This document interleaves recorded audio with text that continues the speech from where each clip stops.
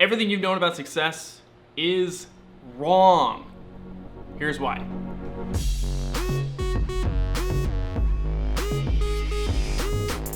What's going on, guys? I've got a really great friend of mine, Brian G. Johnson here. What's up, Brian? It's awesome to be here, Ben.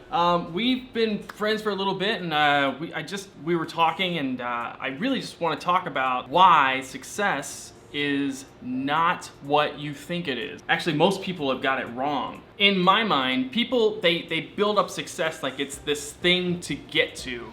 It's this achievable, like, I need to get there, especially for creators, just creators, whether you're a writer, whether you do videos, whether you are a podcaster. If you create things, it's just the process of doing the craft is success. It's like the best kept secret because that is success. Probably one of my favorite quotes is from Paulo Coelho, where he says, "What is success?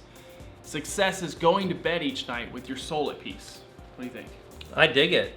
Yeah, for me, the thing that I really focused on and appreciated over the years is that success is found in the journey, and that oftentimes we can attach ourselves to ideals that are based on certain metrics, earning a certain amount of money each year, having the ability to get so many followers, to level up in our career or our job, and those are all admirable things. And I think having those in place is really helpful and important, but understanding at the same time that oftentimes when we do reach that goal, it can be very hollow if that is the only thing we're striving to do, rather than being content with where we're at right now while still having an ability to see and envision a better future. Like for me, when you're able to, and it's kind of a small space to be able to occupy. Yeah. You're present, you're digging what's happening right now, which that's fantastic.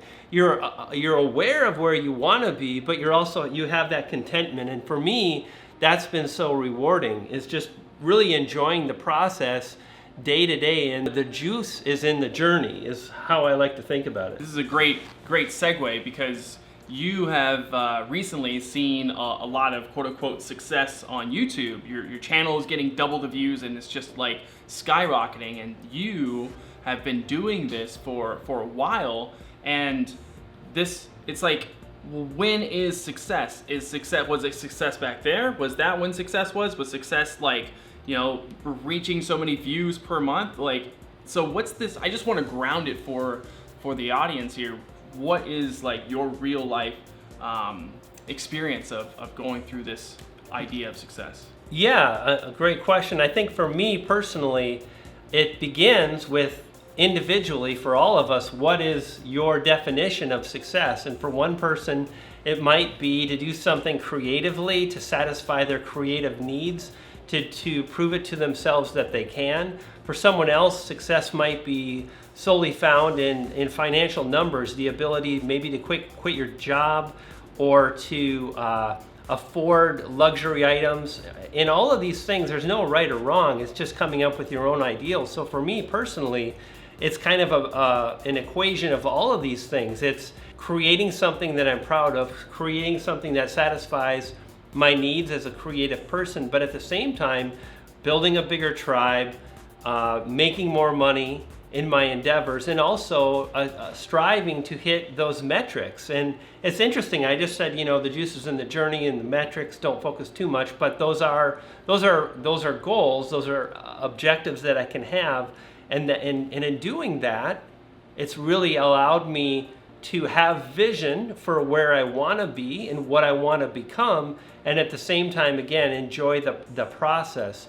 One of the things I want to share with you, Ben, that I've known for a while now, and it's almost like a dirty secret, is having a really big, gnarly dream or goal and then putting it out to the universe, going public. Ooh, this is good. And what I've found to be really interesting is that it's not so much achieving the goal that I set out to achieve.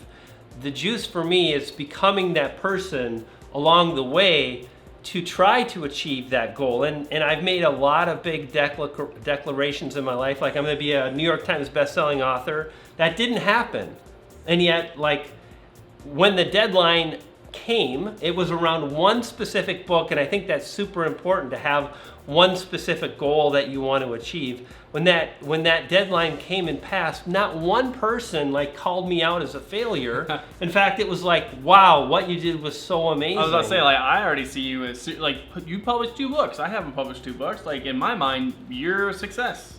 Well, there you go. And it's like, when I look back, the metric was who I became in the process of trying to achieve that goal. And in that specific case, I quote unquote failed and didn't meet the goal, but I consider that whole process and that time, how I spent that time, to be very, very successful.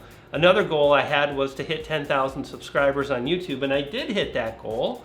And again, I think more than hitting the 10,000 subscribers, it's what I learned in the process. And as I continue that, the rewards have really started to stack up, because I'm really grounded day to day and making small improvements to help me attain a bigger goal. So, this is really interesting that you mentioned about how the process of who you're becoming en route to the goal, en route to success. Michael Haig, who's famous for basically bringing the 2 heroes' journeys to basically in vogue.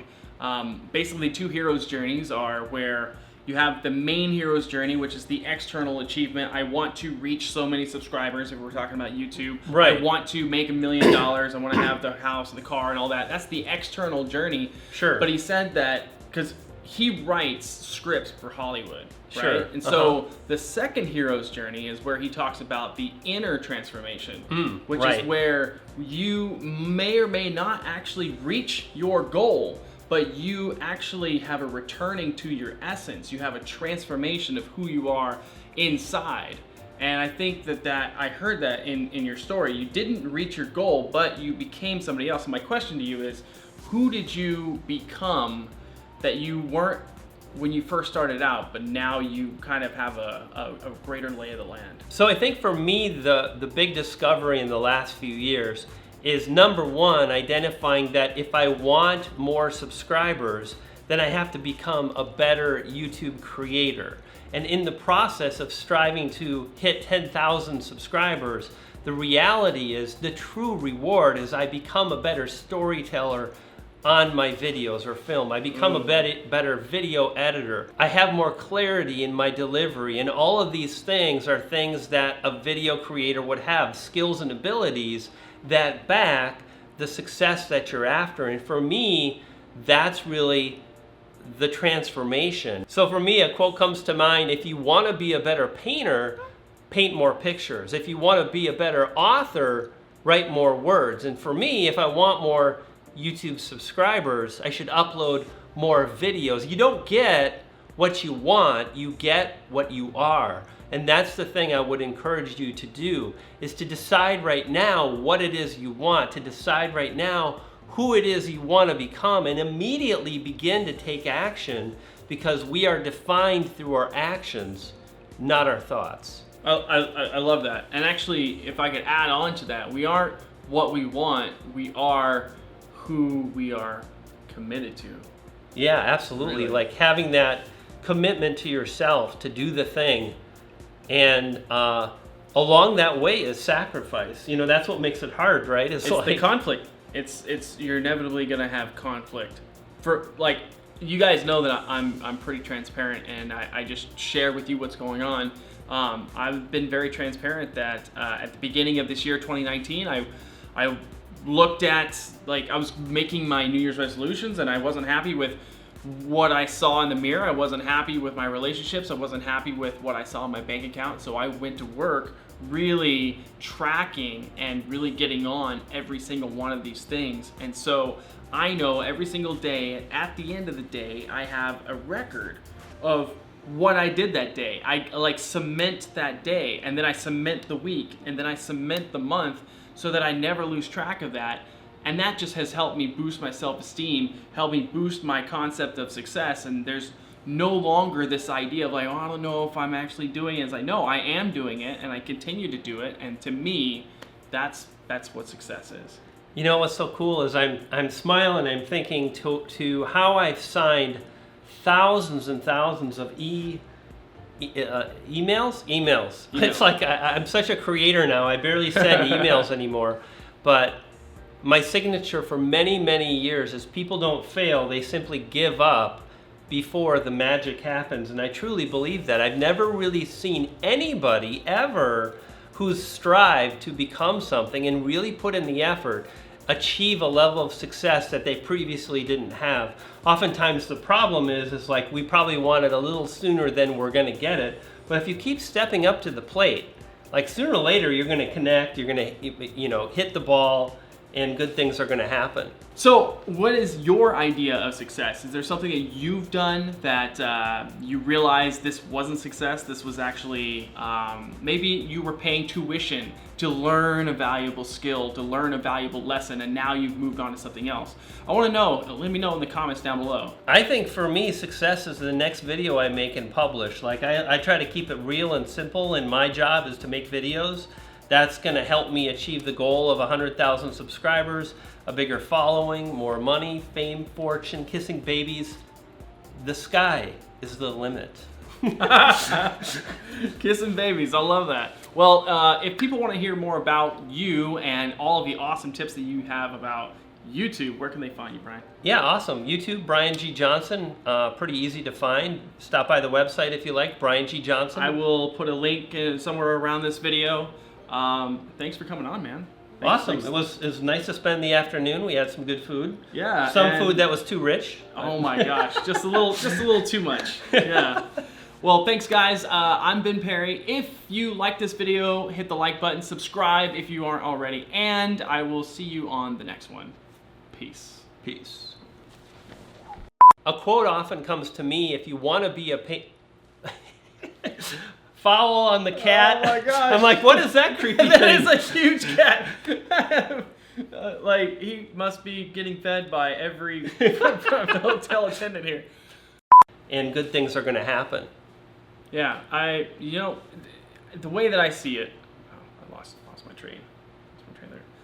You're really I've never had a train, so congratulations. I lose my train of thought all the time. I'm trying to figure out a way to close this. Yeah, it's called a jump cut. Yeah. Like I do. You should see my jump cuts. Boom, boom, boom, boom. Yeah, yeah. Like literally 2 sentences to the next perfect 2 sentences. I want to